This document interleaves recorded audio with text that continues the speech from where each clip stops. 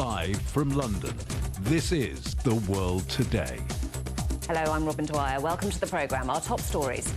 A pressure cooker of despair. The UN's assessment of Rafah, as Israel says its troops will push into the city where more than 500,000 Gazans have taken shelter. More miscarriages and more newborns dying. The increasingly dire conditions facing pregnant women in Gaza. 3 dead and close to 300 people injured after a massive gas explosion in the Kenyan capital, Nairobi. Another day of travel chaos for German commuters as the latest strike action hits bus and tram networks. And I'm at the London Science Museum with priceless artefacts from Beijing, some on public display for the first time ever.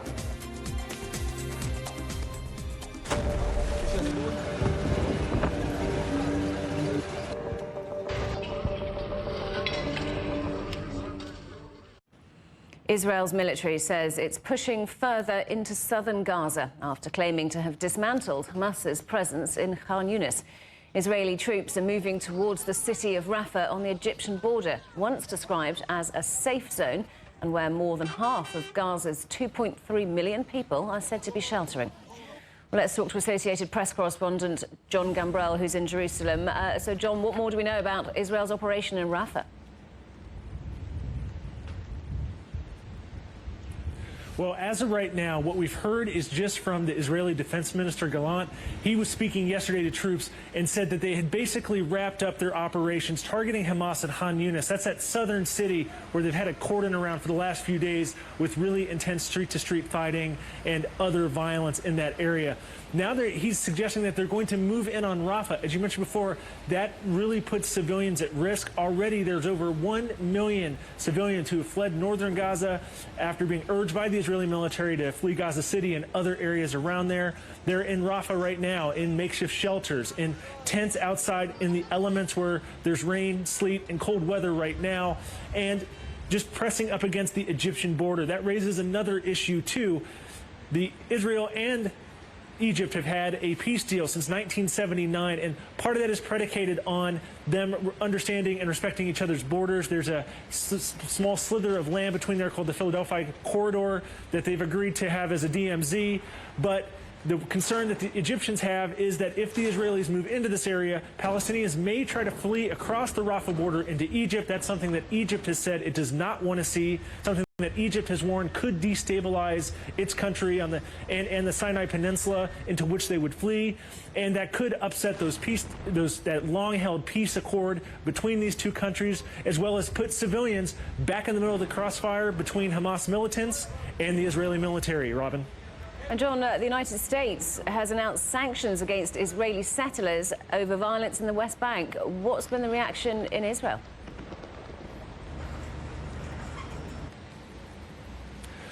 We've heard already from Israeli Prime Minister Benjamin Netanyahu. He described this as an unnecessary action. He contended that Israeli law takes care of people who commit violence. He also said that the majority of settlers are peaceful.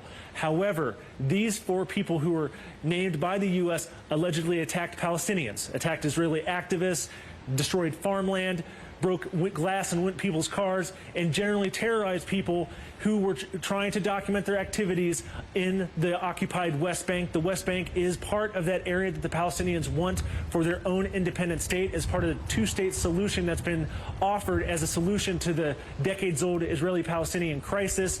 Now, we have also heard from hardliners within Netanyahu's own government. You'll remember that Netanyahu returned to power because he allied with people who were pushing for settler policies to take more of this land in the West Bank. The finance minister has come out very strongly, and he described this decision by the U.S. as anti-Semitic.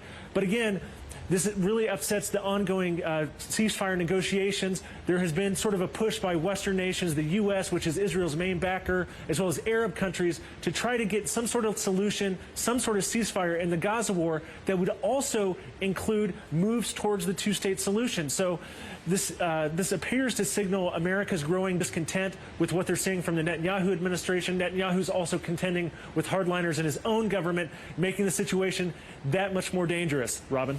John, thank you very much. Associated Press correspondent John Gambrell in Jerusalem. The United Nations has voiced its concern about the potential escalation of hostilities in Rafah in Gaza, calling the border town, where more than 1 million people are thought to be sheltering, a pressure cooker of despair. Well, let's talk to our correspondent, Noor Harazin, who's there. So, Noor, what's been the reaction in Rafah to this news that Israel's planning to push forward with its offensive there?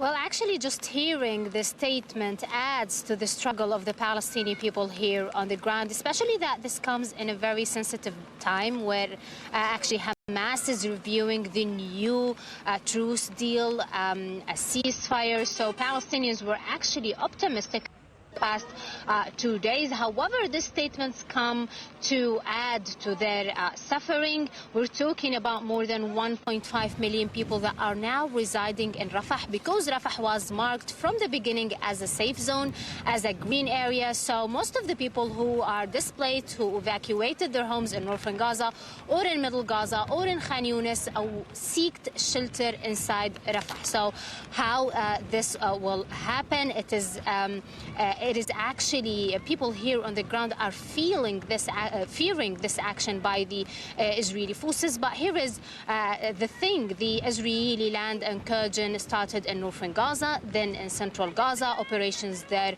finished, and there was an Israeli withdrawal from these areas. Then there was an Israeli incursion in middle Gaza, and lately in Khan Yunis, where until now the Israelis are operating in Khan Yunis. So maybe Rafah will actually be next. But how will this happen while there is more than 1.5 million people living here in Rafah? And Noor, there's concern, isn't there, about pregnant women in Gaza, because new figures have shown that the number of miscarriages have increased by 300% since the start of the conflict.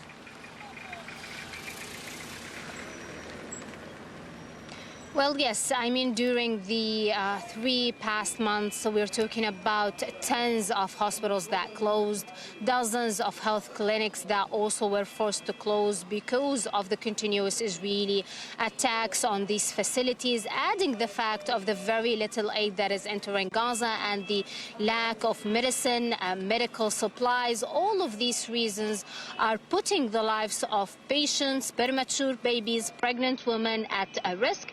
Also adding the fact of the Palestinian women are forced to flee their homes, walking for hours. I mean, from northern Gaza to southern Gaza, we are talking about 4 to 5 hours of walking in the safe passages just so they can arrive to the green areas. So yes, all of these are risks that are adding to the suffering of people and pregnant women in Gaza. And here is a story and where we talked to some of these women. The health system in Gaza has collapsed. Dozens of hospitals and dozens more healthcare centers have shut down over the past 3 months, exposing the lives of hundreds of wounded people, patients, pregnant women, and premature babies at the risk of losing their lives as a result of Israeli bombing. Pregnant women in Gaza are at increased risk. In many cases, they are forced to give birth or have abortions in camps or on the road. This is what happened to Shireen Abu Daher, who suffered a miscarriage when she was fleeing from the north to the south. We moved on foot from the north to the checkpoint set up to pass through to the south. The journey was very long and tiring because I was pregnant and had a previous surgery on my foot. But I could not stop because of fear, and I did not pay attention to my bleeding. When I reached the checkpoint, I felt terrified. There were a lot of people tied up and naked. They were arrested.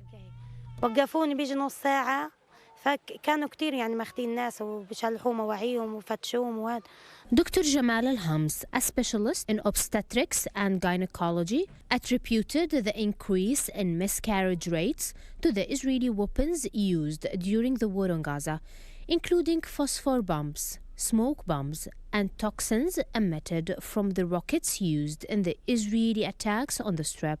We're certain that the weapons used against residents are ammunition that we were not previously accustomed to. They have caused disastrous health impacts, and among them is the increase in miscarriages. We receive women with miscarriages around the clock, and constantly see pregnant women bleeding. Due to limited resources and a severe shortage of medicine, many cesarean sections and deliveries are performed in Gaza without basic medical supplies or anesthesia and without any postnatal care. Women are forced to leave the hospital within hours after giving birth due to the scarcity of available beds and in light of the daily arrival of hundreds of wounded to the hospitals. In addition to increased miscarriages, there has been an increase in postnatal infant mortality due to high infection rates and the lack of basic supplies such as vaccinations, milk and diapers. That report from our correspondent Noor Harrison in Gaza. Belgium has summoned the Israeli ambassador after a development agency building in Gaza City was bombed. The Belgian Ministry for Development Cooperation says the building, which was shared with a charity organisation, should have been empty at the time of the bombing. It's not clear exactly when the building was attacked. The Israeli ambassador has promised an investigation. Iran has promised a decisive response to any US attack on what it called its interests, following a fatal drone strike on an American military base in Jordan. It comes after US President Joe Biden said he had decided how to respond to the attack that killed 3 American troops, but did not give any details. An Iran-backed Iraqi militant group is thought to have been responsible. It has since said it suspended its operations against US forces. China says it hopes Sweden will continue to play a constructive role in promoting peace on the Korean peninsula. The remarks came from Beijing's special representative for the DPRK during a meeting with his Swedish counterpart. Sweden is a major contributor of humanitarian aid to Pyongyang, which has launched multiple missile tests in recent days. A gas explosion in the Kenyan capital Nairobi has killed 3 people and injured hundreds. A lorry carrying gas cylinders exploded near an industrial site just before midnight local time. The blast caused a massive fireball that set a textiles warehouse and nearby shops and homes alight. A child is believed to be among the dead. Our correspondent Enoch Sikolia is in Nairobi. At around 11 p.m. Kenyan time, an accident happened here. There was an explosion, and that is after there was a gas leak, or the leaking of gas from that truck you're seeing there. And what happened is, when the driver came in, he didn't actually realize that there was too much gas that had leaked to the surrounding areas, and he ignited the vehicle. And that is how the explosion happened. There were several, or a succession of events that led to what happened here and the surrounding environment. So after the first explosion happened, there was a ball of fire that spread to the surrounding. And in the surrounding, there was a gas refilling area for the local residents, someone who had 10 kg, 20 kg cylinders of gas, and they also got fire. And now that is what ignited the whole fire that burned most of the areas around here. I'm told one of the gas cylinder exploded flying 200 meters from here to a warehouse that also got fire and burned. Well, we understand that a total of 222 people are receiving medication in different hospitals across the city. They are suffering from various categories of burns, first to third degree burns here in the Kenyan capital. And we are also told that 3 people succumbed to death. That is according to the government spokesperson. But we are told that the numbers could rise even as people continue to battle for their lives in different hospitals across the Kenyan capital city.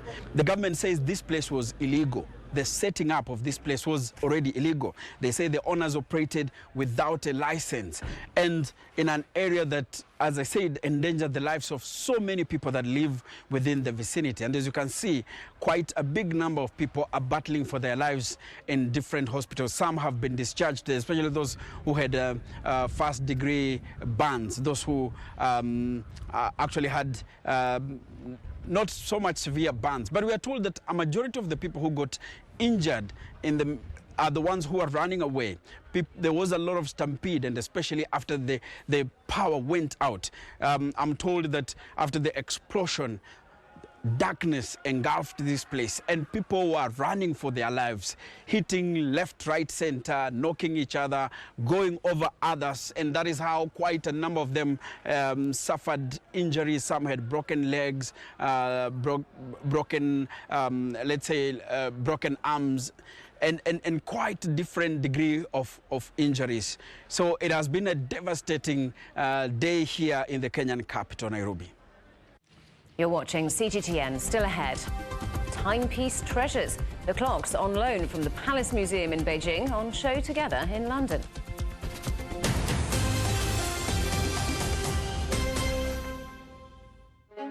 The 27th of January marks the 60th anniversary of China and France beginning their diplomatic relationship and starting a historic new chapter. We'll be covering the partnership in detail with week-long special coverage and meeting the bridge builders who have dedicated their lives to strengthening ties between the two countries. China-France 60 years, beginning Saturday, the 27th of January, on CGTN.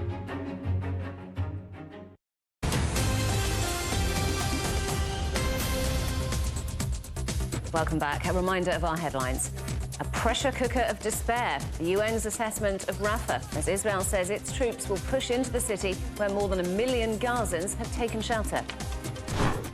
More miscarriages and more newborns dying. The increasingly dire conditions facing pregnant women in Gaza. And 3 dead and close to 300 people injured following a massive gas explosion in the Kenyan capital, Nairobi. Bus and tram stations across Germany are at a standstill as public transport workers stage a strike over pay and conditions. It's the latest in a wave of industrial action that's plagued the country's transport sector in recent weeks. Our correspondent Trent Murray is in Berlin. So Trent, what's been happening?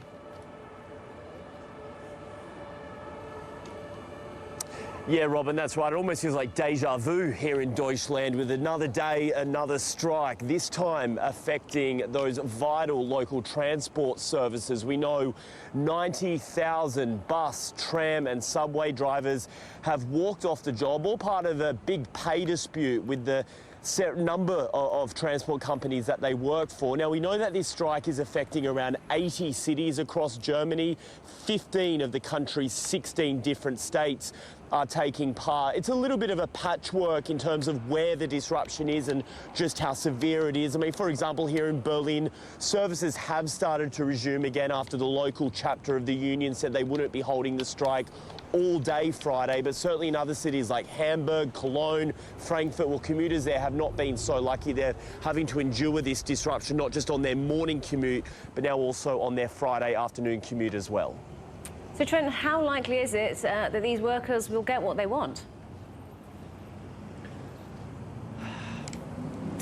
Look, I think it's a little bit tricky, and the reason I say that is we are talking about many different union groups localised into many different parts of the country. They all have different collective bargaining agreements that they are trying to push through with respective transport companies. In effect, what they are asking for is several things. They would like a pay rise to deal with what they say is crippling cost of living pressures. They'd also like to have their hours reduced with no loss of salary in some cases, and to have the amount of rest time in between their shifts extended. Certainly there is a push right now from unions to try and get some of those transport companies to the negotiating table, but the unions have been very busy, as we know, here, having reported on this extensively. It's not just these local transport groups which are striking. Of course, long distance rail, they just wrapped up the longest strike in German history. Yesterday, all of the air traffic was grounded because of strikes at the airport. So look, I think right now a very restive industrial situation in Europe's biggest economy as inflation continues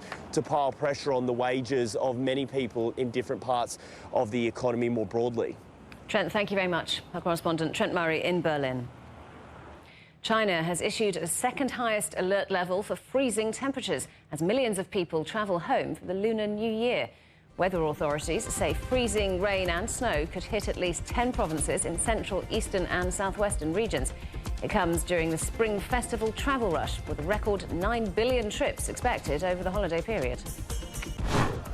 The planned deal to return Turkish migrants from the UK looks unlikely to go ahead after a report by the UK Home Office raised human rights and security concerns. The number of Turkish nationals arriving in the UK on small boats has trebled in the past year, with almost all claiming fear of persecution if they're sent back. In a blow to Prime Minister Rishi Sunak, the report concludes that Turkey does not meet the criteria of being generally safe. Malaysia has halved the sentence of disgraced former Prime Minister Najib Razak, who was jailed in 2022 over a multi-billion-dollar corruption scandal. The country's pardon board says he could be released in 4 years if he pays a reduced fine of $10.6 million. Najib continues to face multiple criminal charges related to 1MDB, state fund he established to fund large infrastructure projects.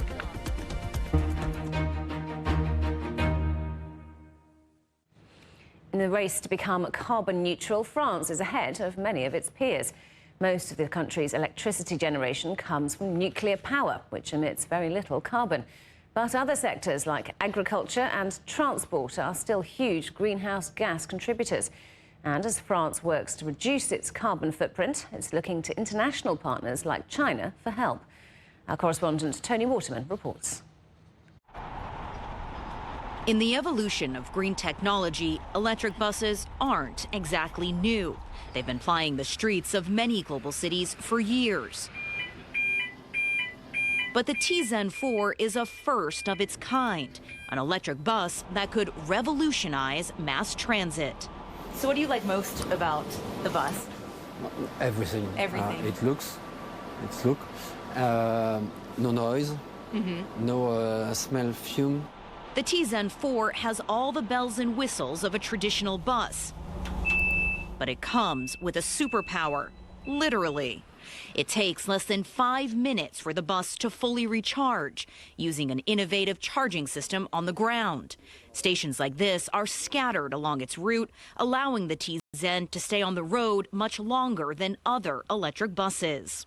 On essaie de pousser toutes celles et ceux qui se déplacent. We're trying to encourage everyone who travels, which represents 43 million journeys a day in the Paris capital region, to use public transport. And we're trying to move our public transport towards decarbonisation, to fight against the use of personal cars and get people to use buses, trains and trams. The transportation sector is by far the largest contributor to greenhouse gas emissions in France, accounting for about 30% of its yearly total. The aim is to have a 100% clean bus fleet in the Greater Paris region by the end of the decade. Battery technology like this will certainly help to reduce CO2 emissions and fight global warming. But for France to reach its goal of carbon neutrality by 2050, it's also going to need the help of its global partners. And it's already turning to China. In November, China and France launched a Carbon Neutrality Center, an initiative that will fund joint research to advance green technologies, especially in agriculture and biodiversity. We have to work with China. For instance, France and China are both counting on forest to absorb carbon dioxide. The forests in China are very young. They have been planted over the last 20 years. So the question is, how much can we continue to rely on forest plantation and carbon sequestration, and how much forest will help us to reach neutrality. So there is a lot of common topic of interest that we need to address by joint research. Partnerships are also being formed in the private sector. French energy management giant Schneider Electric is working with over 200 suppliers in China to help them halve their CO2 emissions by next year. A lot of our research and development teams for electric mobility, for example, for electric vehicle charging, are in China. So we have investments and teams in both countries working together and then working with our customers and suppliers in both countries. China and France working towards carbon neutrality, a global problem requiring a global response. Tony Waterman, CGTN, Paris, France. Time for some clock news now, as London Science Museums put on display a collection of 300-year-old timepieces from Beijing, some of which have never been seen before by the public. The clocks, which date from the 17th century, were originally made in the UK. before becoming part of collections belonging to Chinese emperors. Our correspondent Catherine Drew reports. Ziminchong, or bells that ring themselves, treasures that began life in the 1700s as British merchants sought to increase trade with China. The British had been trading with China for a little while. They were buying things like tea and porcelain, but at that moment the Chinese didn't really need anything from Britain.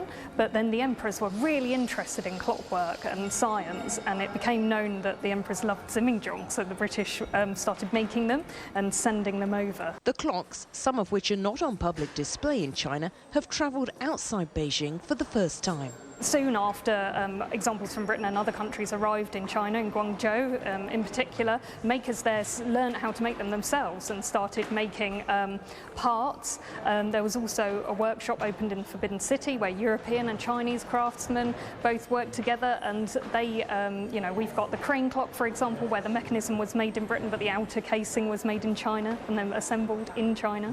The museum is keen to show the blurred lines between art and science. These priceless artifacts could be, of course, found in an art museum. They're here at the Science Museum with an explanation of how some of those early mechanics worked.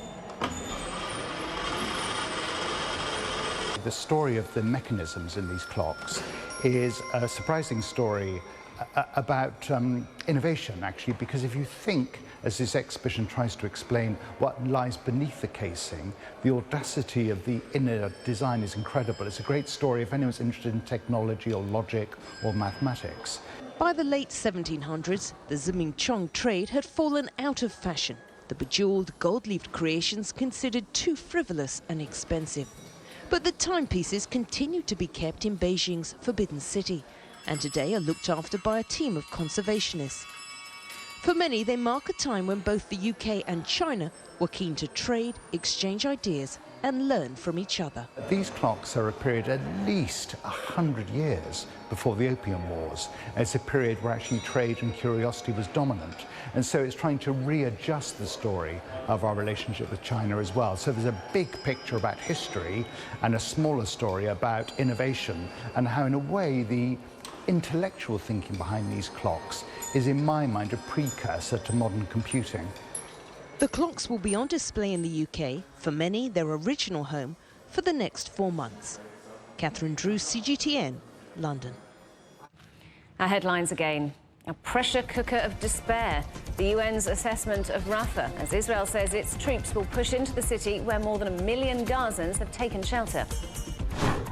3 dead and close to 300 people injured after a massive gas explosion in the Kenyan capital, Nairobi. And another day of travel chaos for German commuters as the latest strike action hits bus and tram networks. And that is the world today. Thanks for watching. There's more news on CGTN Europe's channel on the Telegram app, or scan the QR code on the screen to get stories and updates sent direct to your phone. We're back with more news at the top of the hour. Coming up next, it's World Insight. For now, from all of the team in London, it's goodbye.